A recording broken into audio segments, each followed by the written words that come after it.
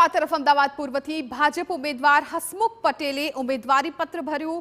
વિશાળ રેલી યોજી હસમુખ પટેલે ફોર્મ ભરવા માટે પહોંચ્યા હતા। હસમુખ પટેલ સાથે પ્રદેશ નેતાઓ અને ધારાસભ્યો પણ હાજર રહ્યા હતા। સતત બીજી વખત ભાજપે હસમુખ પટેલ પર વિશ્વાસ મૂક્યો છે।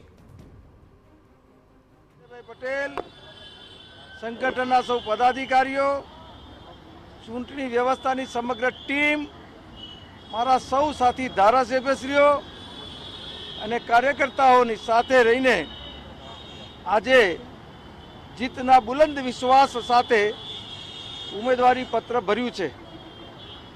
વર્તમાન સંજોગોમાં જે રીતે આદરણીય નરેન્દ્રભાઈ મોદી અને અમિતભાઈ શાહ સાહેબના નેતૃત્વમાં ભારતીય જનતા પાર્ટી વિકાસની રાજનીતિ કરી રહી છે।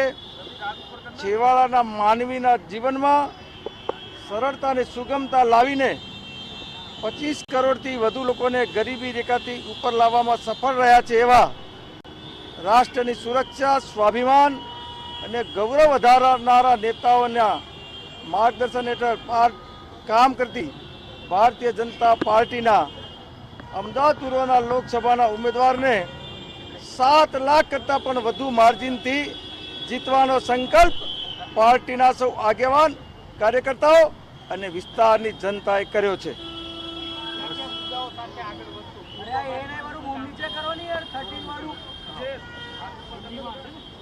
લગભગ 12,000 કરોડના વિકાસના કામો ગત 5 વર્ષ દરમિયાન ટ્રિપલ એન્જિન સરકાર એટલે કે મ્યુનિસિપલ કોર્પોરેશન, ગુજરાત સરકાર અને કેન્દ્ર સરકારના માધ્યમથી થયા છે।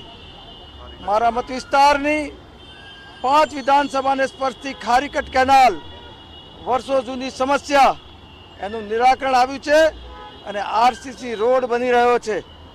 આના માધ્યમથી પૂર્વ વિસ્તારમાં પરિવહન તો સરળ બનશે જ, પરંતુ સાથે સાથે આ રોડ આવનારા દિવસોમાં કોમર્શિયલ લાઇફલાઇન બનવાનો છે। ત્યારે વિસ્તારના યુવાનોને રોજગારીની વિપુલ તકોનું નિર્માણ પણ થવાનું છે।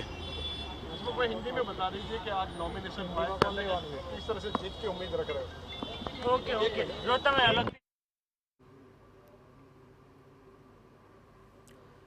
તો અમદાવાદ પૂર્વથી ભાજપના ઉમેદવાર હસમુખ પટેલે જીતનો વિશ્વાસ વ્યક્ત કર્યો છે। તેમણે કહ્યું છે કે 7 લાખની લીડથી ભાજપ જીતશે। સતત બીજી વખત તેમણે ઉમેદવારી ફોર્મ ભર્યું છે।